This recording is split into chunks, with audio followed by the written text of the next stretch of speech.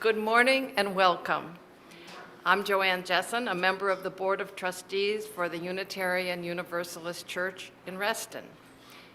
Whether you are on Zoom or here in the church sanctuary, we are so glad you are with us this morning.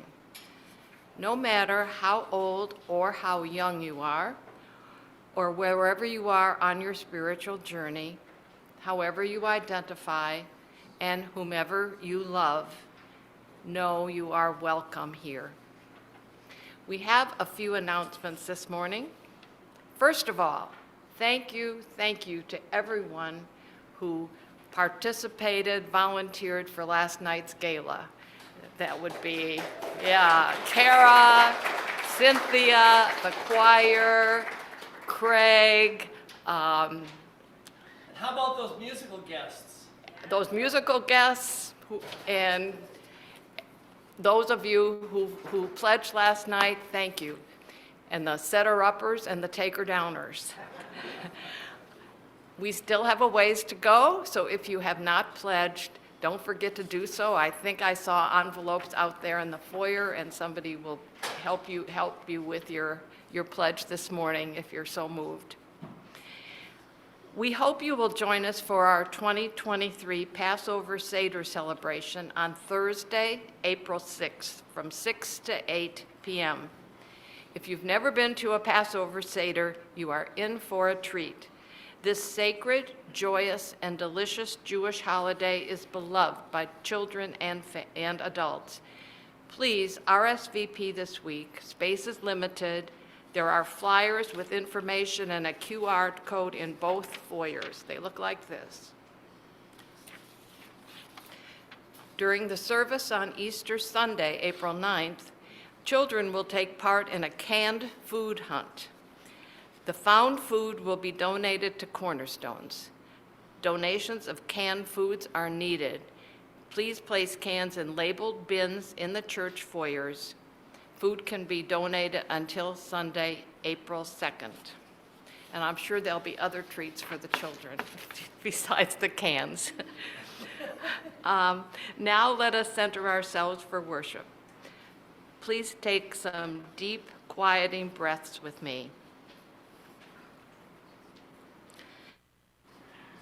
Let us enter our time of worship together as we listen to this morning's prelude.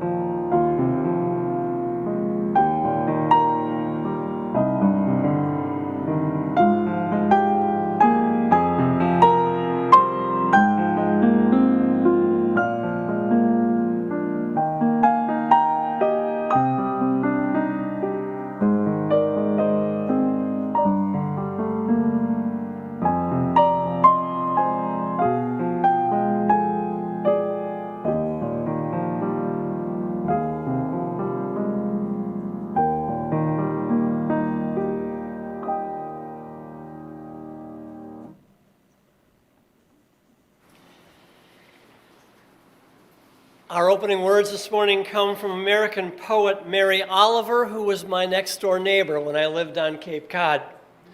this poem, Why I Wake Early. Hello, sun in my face. Hello, you who make the morning and spread it over the fields, into the faces of the tulips and the nodding morning glories, and even into the windows of the miserable and the crotchety. Best preacher that ever was, dear star, that just happens to be where you are in the universe to keep us from ever darkness, to ease us with warm touching, to hold us in the great hands of light. Good morning, good morning, good morning. Watch now as I start the day in happiness and kindness. Our opening hymn.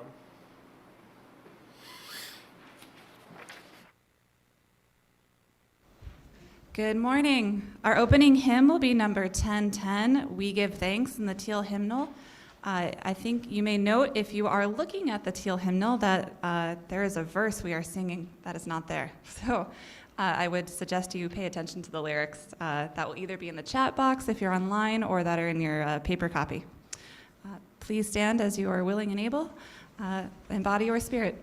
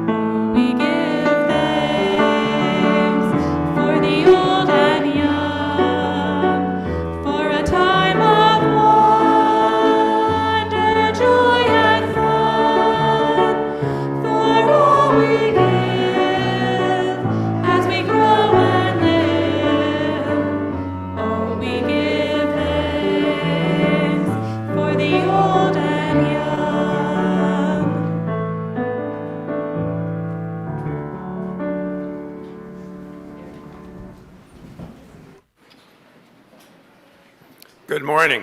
Good morning. I'm Sterling Pilette. Welcome to this church. As I now will light our chalice, let us reflect on the gift of enthusiasm and how enthusiasm enhances our life. Blessed is that energy of life that inspires us to be enthusiastic about all we do. And during this time of the year, we all are not fans of March Madness, but we can appreciate how enthusiastic those fans can become.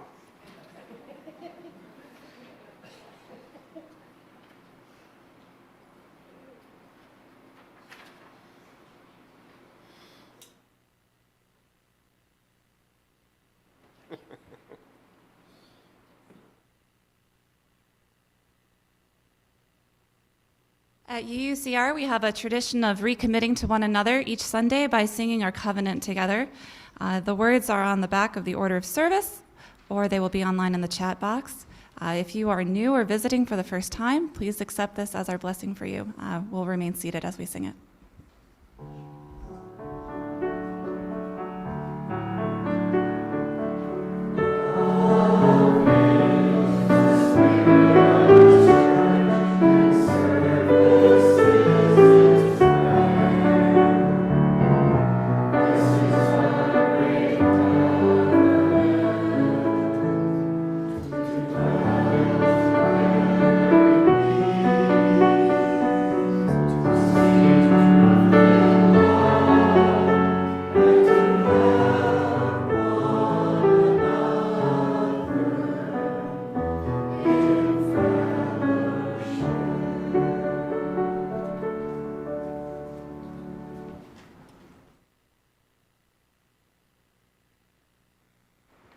Just a moment.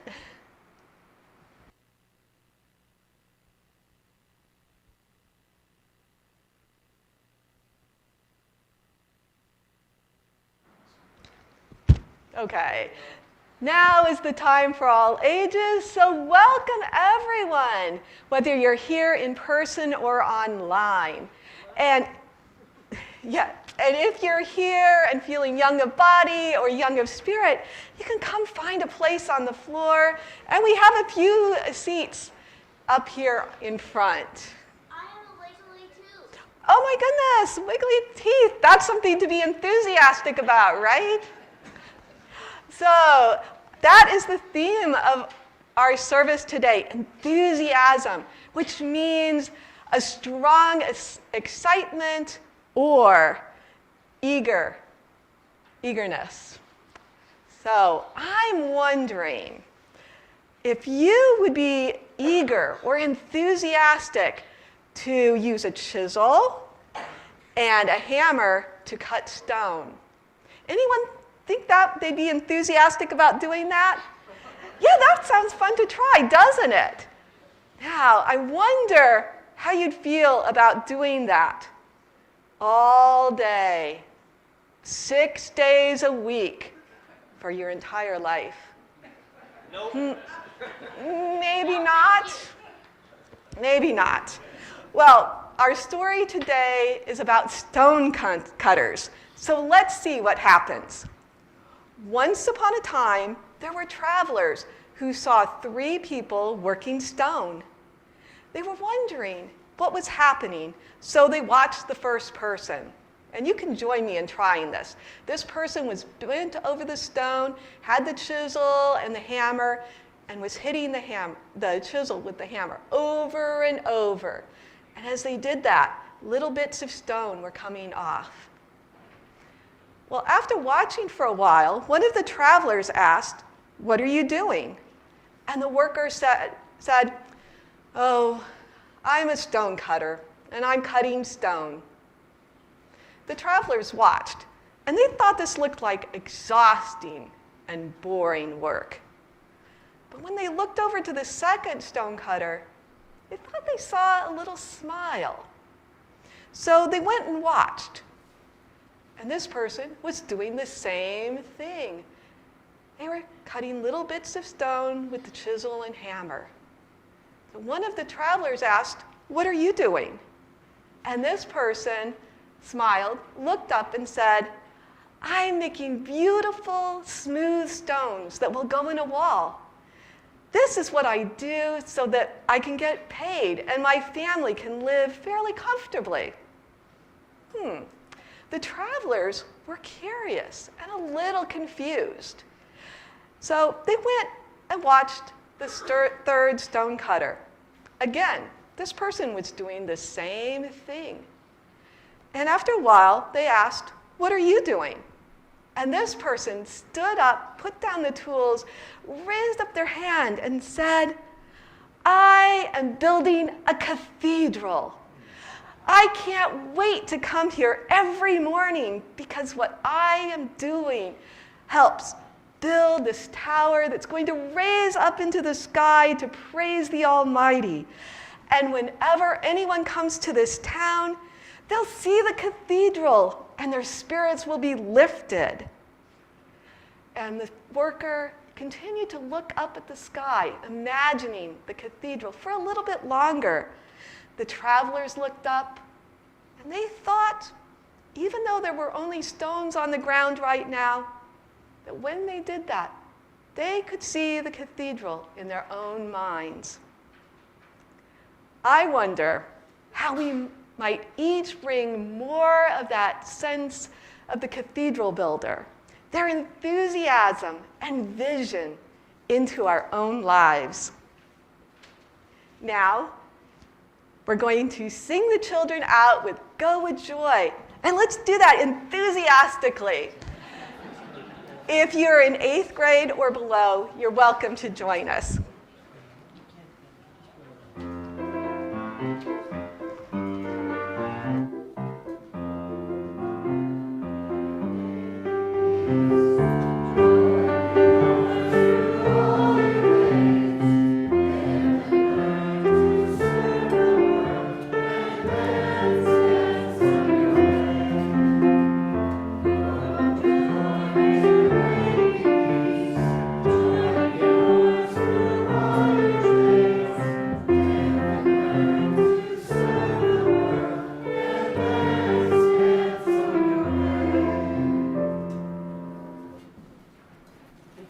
is good, but not with the chalice. It was a little too enthusiastic this morning, so we'll fix it for next Sunday. So now is the time in our service when as a congregation we share our joys and concerns and sorrows so that no one ever has to hold them alone. If you are joining us remotely on Zoom this morning, you may wish to light a real or a virtual candle wherever you are to mark what is on your heart. And if you wish to write something in the Zoom chat to let us know what's... Julia, yes? Stewardship. Oh, I skipped right over it. Well, tell you what.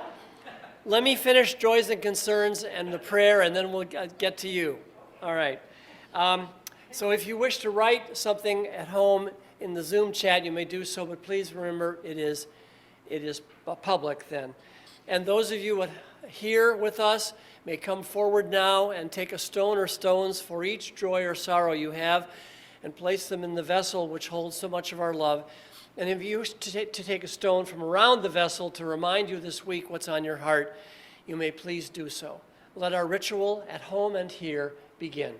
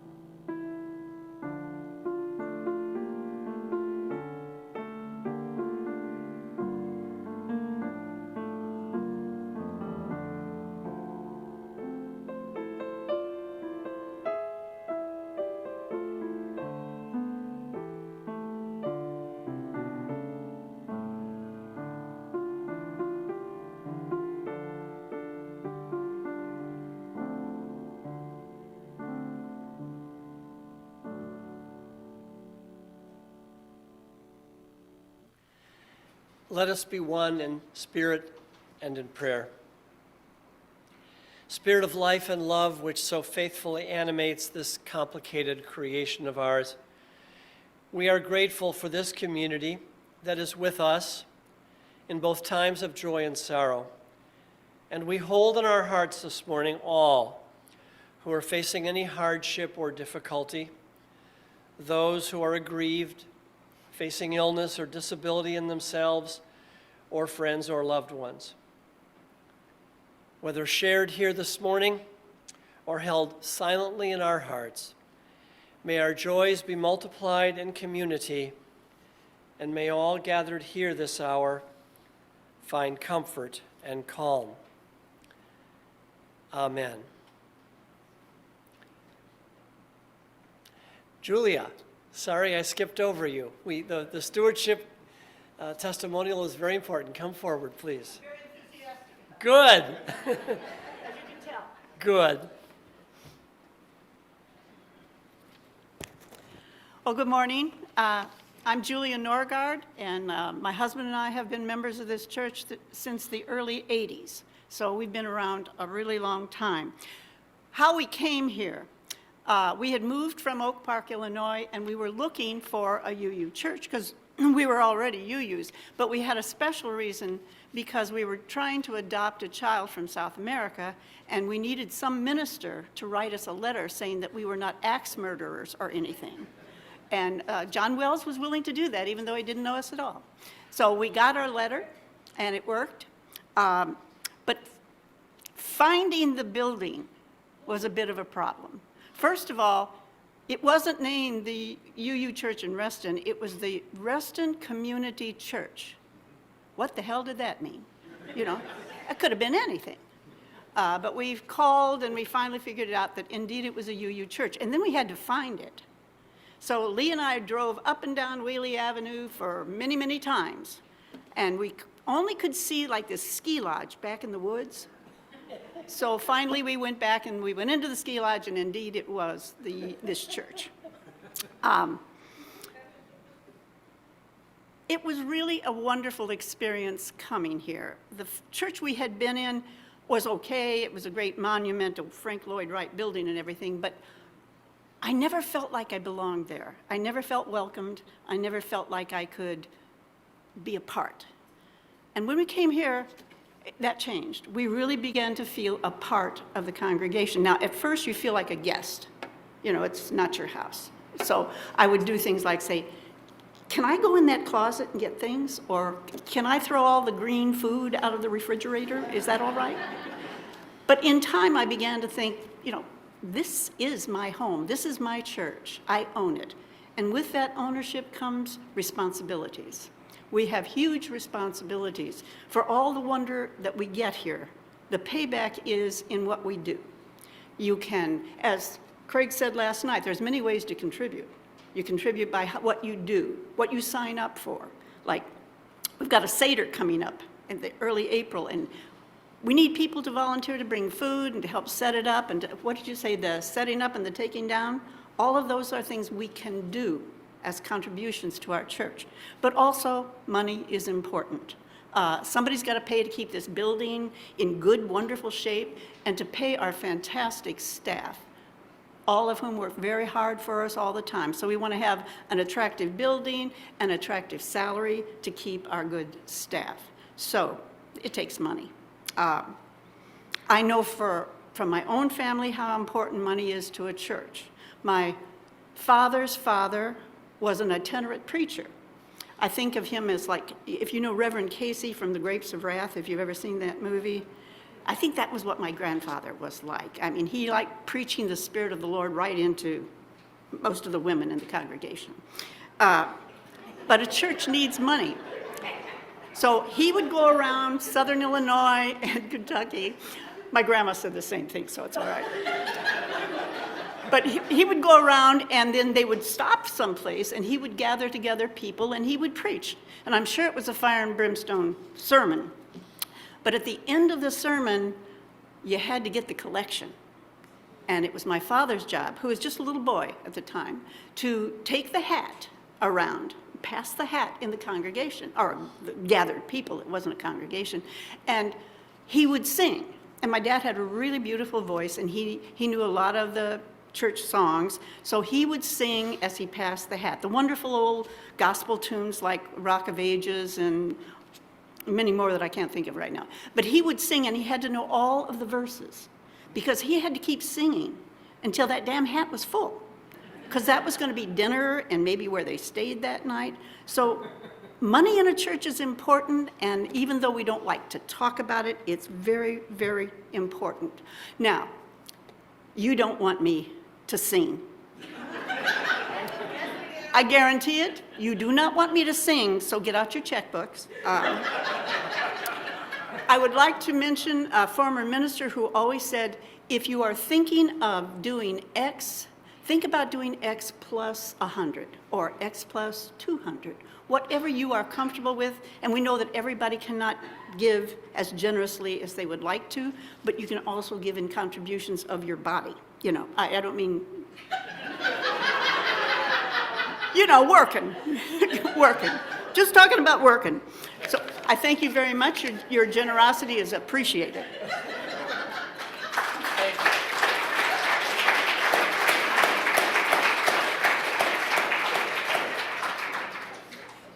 That was an X-rated stewardship.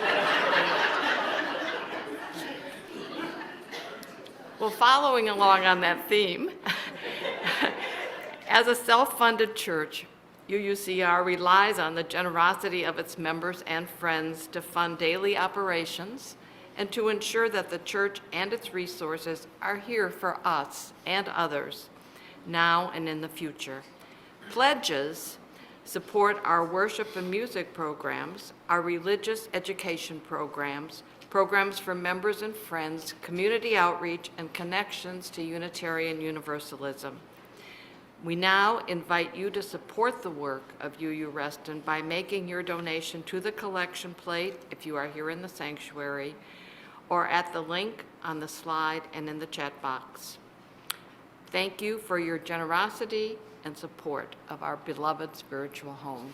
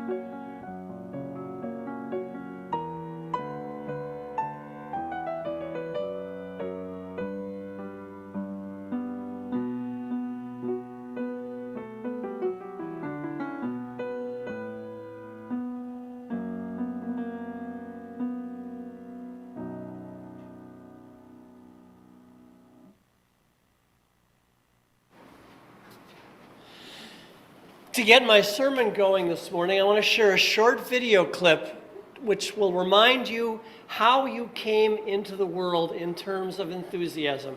Would you please watch this 2-minute clip? When I think of enthusiasm, two very different familiar cartoon characters come to mind. The first is Odie, the endlessly enthusiastic puppy. Hopefully we'll have a picture of him in just a minute. There he is. Odie, the wide-eyed and endlessly enthusiastic puppy from the comic strip Garfield the Cat. Odie, bless his overeager heart, is constantly at the mercy of Garfield, the sly, sophisticated, cynical, laconic, and worldly feline who is forever taking advantage of the silly dog's boundless and unreflective enthusiasm. And the next picture, it shows, this is a typical scene from the comic strip, the wide-eyed puppy panting with simple excitement about everything, and thus the endless fool of the strip, cheerful for sure, but totally lacking the ability to grasp the complexities and dangers of life, especially at the hands of Garfield. Odie's enthusiasm is more or less equated with, well, there's no nice way to say it, stupidity. And this is one of the images that for many of us might first come to mind when pondering the idea of enthusiasm. In our common culture, enthusiasm is often thought of as a kind of naive, unreflective eagerness and optimism that can only get you in trouble in a complex and troubling world. The second image, cartoon image, that comes to mind when I think of enthusiasm, or more precisely, the absence of enthusiasm, is Eeyore. Eeyore, as you will all remember from your Winnie the Pooh days, is the listless, laconic, low-energy donkey who spends his whole life barely managing to even mope his way through his days. Where Odie has too much enthusiasm moving through every frisky fiber of his being, Eeyore is totally bereft of enthusiasm, born apparently even without an inkling of the enthusiasm gene. He's almost dead to the world. He's barely aware of creation's energy and hardly contributing even an ounce of energy back to life.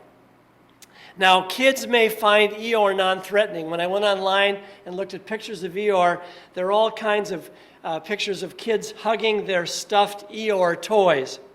But there's also something terribly sad, I think, about his total lack of enthusiasm. For Eeyore, by any measure, is a dull, disengaged presence in creation. But enough about cartoon characters. Next slide. The Reverend David Boynton Park, a UU minister. Does anyone know him? Anybody? Sometimes in UU land, people know them. He was a very good friend of mine. He married my first intern minister.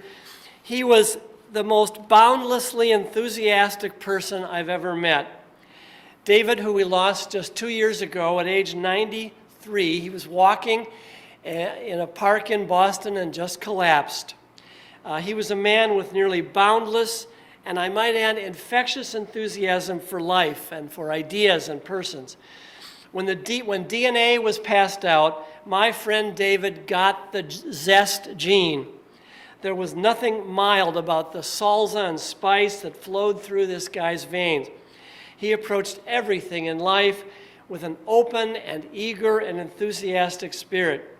His favorite expression, whether we were talking about the first touchdown of a Buffalo Bills game, or some new book we were reading, or the Alfredo sauce at his favorite Italian restaurant, or what he did with one of his 6 grown children on vacation, his favorite expression was, "Great!"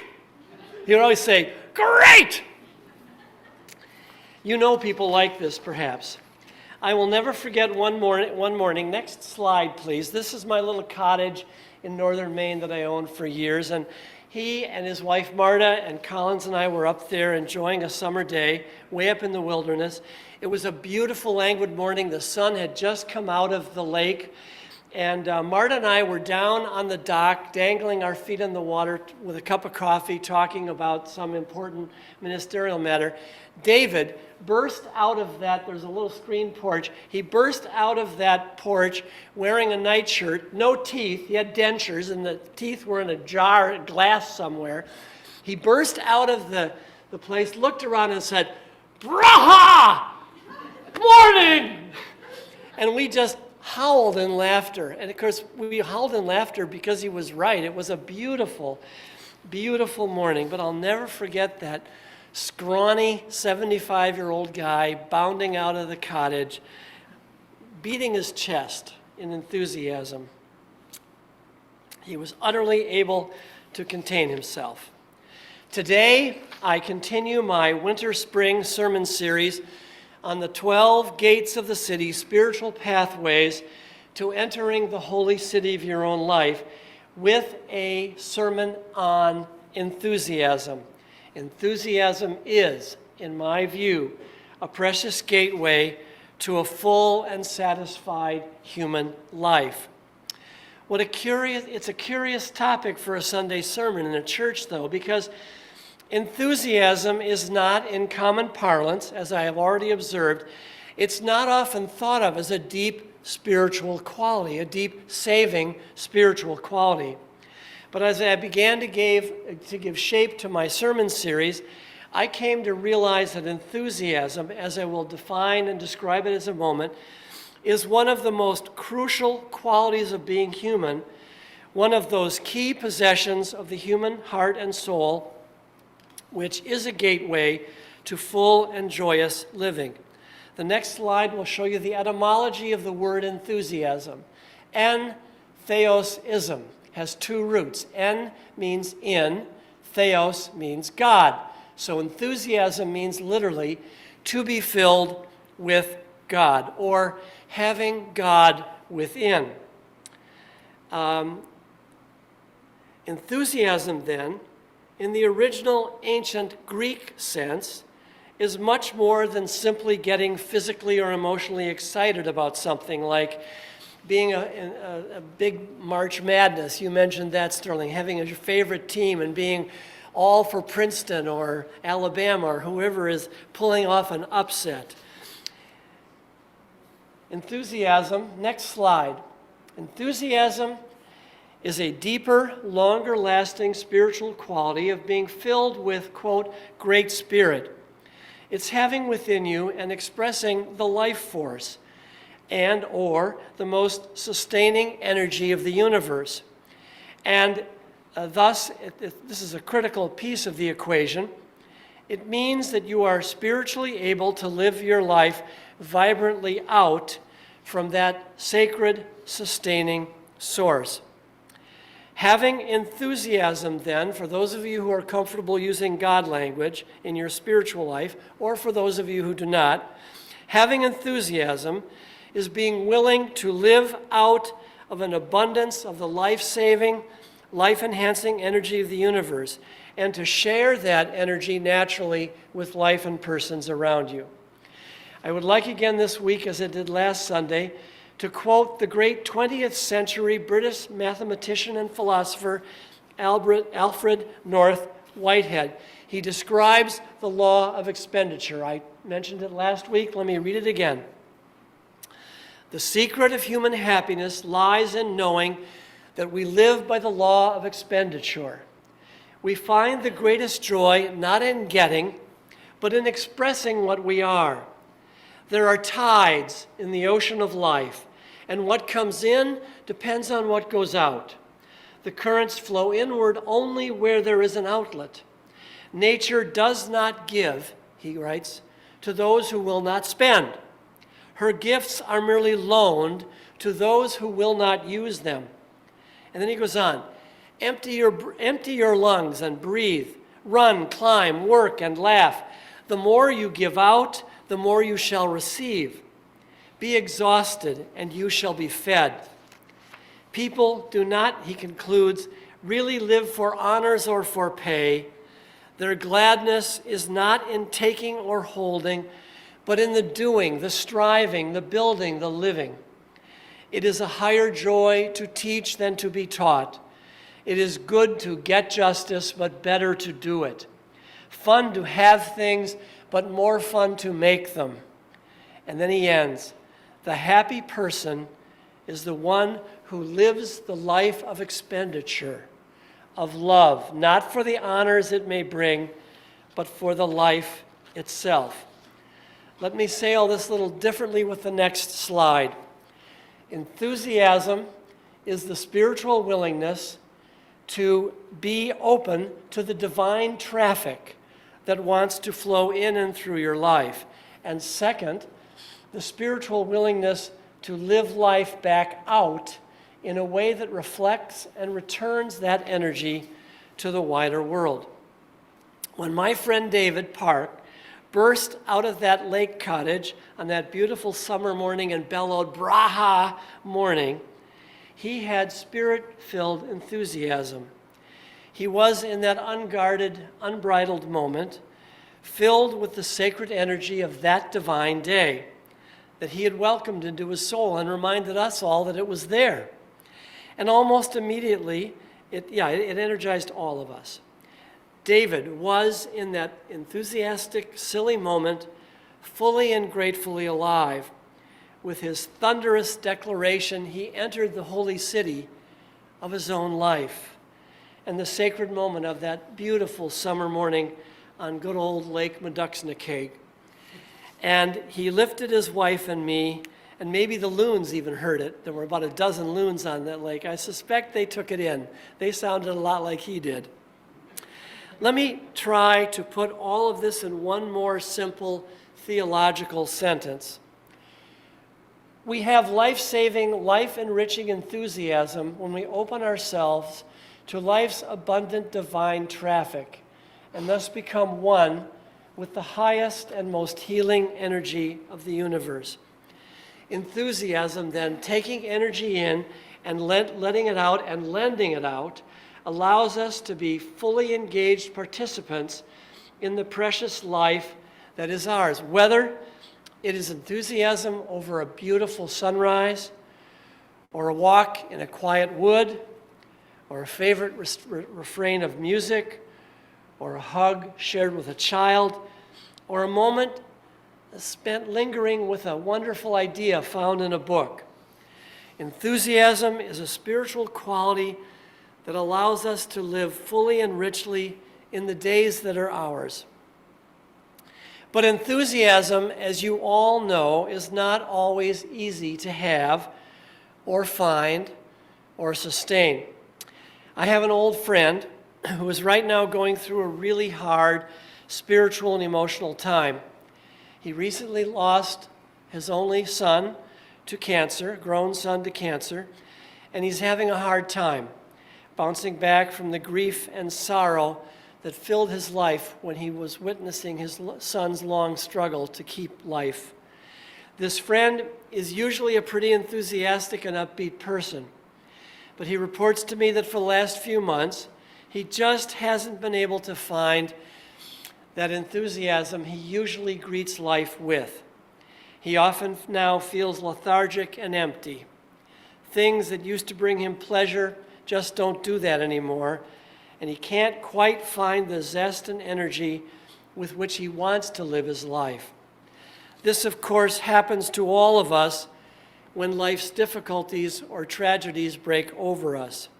There are hard times in all of our lives when we just aren't able to fully receive that divine traffic that we suspect is out there wanting to come in and wanting to bless us. And I take it on faith that divine traffic is always there, ready to seek to fill us with joy.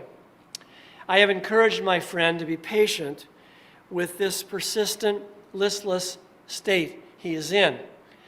And I hope and pray that, as usually happens, his grief and sorrow will change and fade, and once again he'll begin to feel enthusiasm. But you can't ask for this, of course, on demand, like some sort of a TV show. You just push the remote and it pops up. So enthusiasm, of course, is sometimes situationally evasive for us. And yet I am spiritually convinced, and I take it as a matter of faith about the life that I find myself in, that despite those times when we do not feel filled by the great Spirit or the great energy, that we were made, you and I, we were made from our birth. We were made for the divine traffic that wants to flow in through us. We are not destined to be like Eeyore. This is not our destiny. Sitting back lethargically day after day on our spiritual hindquarters in a stupor of immobilizing self-pity. We were not, I take it on faith, put on this earth to drag our sorry, lackluster selves one day to the next, cut off from the amazing energy of creation, without zest, without energy, without enthusiasm and joy. For we are human beings, designed from the very first day of our making to live with the Spirit that is so profligate in the creation. We are not to wall ourselves off from it. We are to be participants in the divine traffic of the world. All right, so now you know, I think, what I mean when I say that enthusiasm is a vital spiritual quality that enables us to live fully and well and to live out the destiny that we were created to live. And why it is, to use the organizing image of my sermon series, why it is a gateway to that holy city of your own life. All of this may be well and good, but the question then quickly becomes, is enthusiasm for and in life something we can cultivate in our own lives, or is it rather something innate that some lucky, optimistic people like my friend David are simply born with? I think the answer is the yes to both. Yes, some of us are born with more of it, and yes, it can be cultivated. Let me first talk about the genetic part of enthusiasm. Some of us are just born with more enthusiasm than others. I'm sorry if you're born with a low enthusiasm threshold. I'm sorry for that. I can't help you. My friend David couldn't help himself, and neither can I. I've often been described, for better or worse, as a rather enthusiastic person. One winter, back in the 1980s, I went to serve the UU Church in Saskatoon, Saskatchewan, during the coldest winter in recorded Canadian history. They called, and I was with them for 6 weeks. At the end of that, they called me the cheerful tornado. Zest does come a bit naturally for me. First, I descend from markedly enthusiastic Scottish stock. My extended family, when we get together in Wisconsin, we do sword dancing. We make the haggis, that horrible dish that nobody should ever make. We do the ode to the haggis with Robbie Burns. We drink our whiskey, our Scotch whiskey, and we dance and carry on like. And the 3 bagpipers in my family, we play the bagpipes and sing around and all sorts of silliness. My family is rather enthusiastic. But I also think that I learned to be enthusiastic through my enthusiastic parents. My dad was a very energetic and comical guy, and my mother was a particularly enthusiastic soul. She did everything in her life with pluck and passion and purpose. She knew how to take in the abundant energy of the universe, and she certainly knew how to put it back out. The 4 boys were sometimes overwhelmed by the amount of energy that she put out as she would direct it. And thus I arrive, I think, at a very important thing about enthusiasm. Enthusiasm is a positively infectious thing. When somebody near you is filled with enthusiasm for a morning sunrise over a tranquil lake, or a down-to-the-wire ball game, or an intricate, important conversation, even a passionate kiss, when someone near you is enthusiastic, it's kind of hard to avoid feeling some of it yourself. Sitting next to on the couch to a basketball fan who's jumping up and down on the sofa, it's kind of hard to wall yourself off from that, especially as the sofa is bouncing. So each of us, I think, is variously born with a certain natural measure of enthusiasm. And I want you each to pause to think about your family history and your genetic disposition. How much enthusiasm were you born with, and how much was modeled for you? But that affirmation aside, or that knowledge aside, the important question remains. As we world-weary folks get into our 30s, 40s, and 50s, can we cultivate more enthusiasm with our lives, or are we just stuck with whatever level we get from our backgrounds? Well, I believe that each of us can make choices, everyday spiritual and emotional choices, which will open us more deeply to the energy, to the grace, to the spirit and the charm of creation and those around us. We can, each of us, by heart choices, increase the divine traffic that flows through us. And that is by working on enhancing and strengthening the quality and the depths of our relationships with nature, with food, with others. I take it on faith that every last one of you in this room right now and at home on Zoom can intentionally open yourself more freely to the richness of the world around you. First, just open your eyes and your nose and your ears to it. Indeed, recent studies on what makes for human happiness and success in living points to the possibility of such heart choices. For the last 3 decades, Dr. Martin Sigelman and his colleagues at the Positive Psychology Center at the University of Pennsylvania have interviewed and studied thousands of individuals, and they found that the key to happiness appears not to lie in external events like having good luck with your personal health or your career or economic success or wealth, but rather success and happiness has to do with the cultivation of, quote, character qualities they call heart strengths, things like gratitude, hope, zest, forgiveness, and the ability to love or be loved. And the good news is that they have found that people who identify these heart strengths in their own lives can then use them in new ways in their living, and they report themselves happier and more satisfied. They've also found that the more people engage themselves in the flow of their own lives, the happier they feel. What I think these studies suggest is that we human beings, regardless of how much zest gene we were given, or no matter how our parents and our families modeled enthusiasm for us, we are all free to live with greater zest, greater engagement, and greater joy. None of us is doomed to be Eeyore.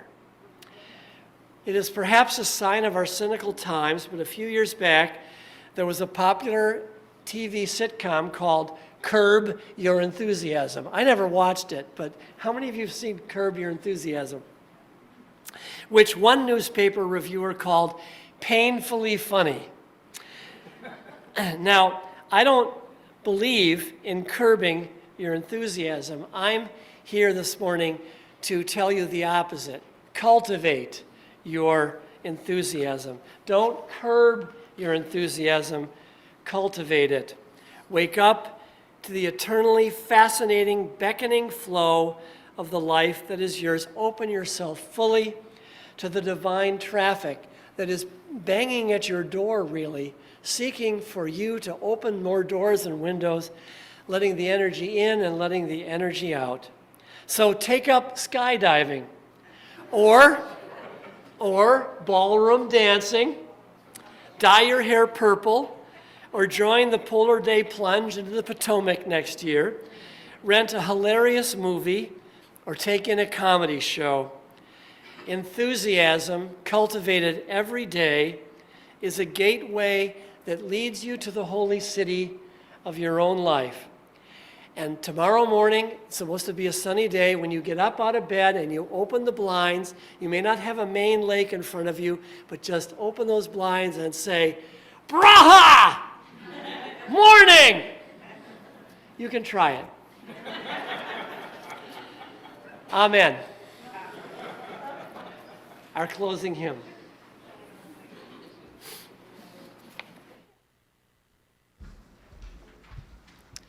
Our closing hymn is number 128, For All That Is Our Life. That's in the gray hymnal if you're here in the sanctuary. Lyrics are on the back of the order of service, and they should be in the chat box. Please rise in body or spirit as you are willing and able.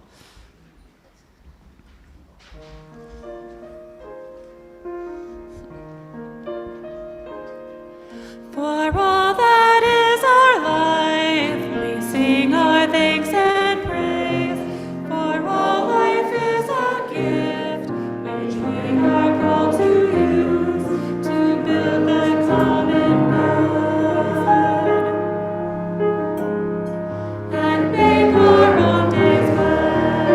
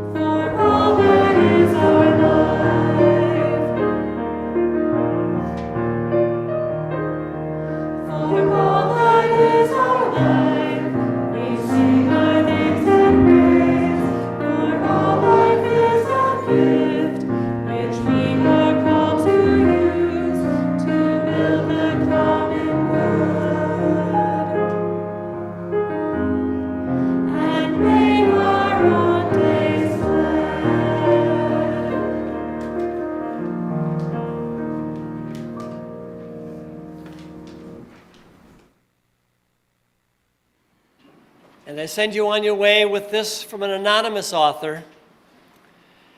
Work like you don't need the money. Love like you've never been hurt. Dance like nobody's watching. Sing like nobody's listening. Live like it's heaven on earth, because it is. Amen.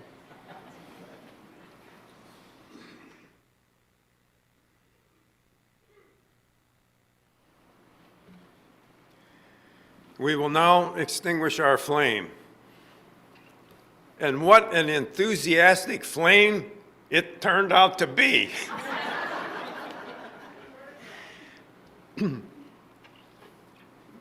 But as we extinguish this flame, we will not extinguish the light of hope and truth, the warmth of community, nor the fire of commitment. These we carry in our hearts until we are together again.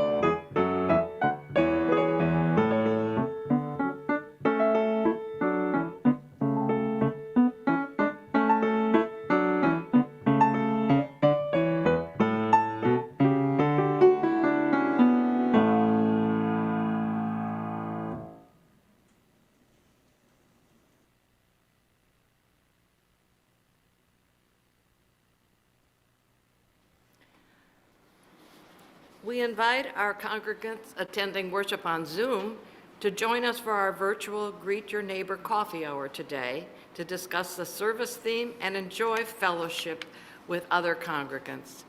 The link is in the chat box and will be on a forthcoming slide. We hope you will also use the chat box as a virtual receiving line to leave a message about your appreciation for the worship service today. Those here in person are invited to join us for coffee or tea and fellowship. We are going to leave the chairs set up. Thank you.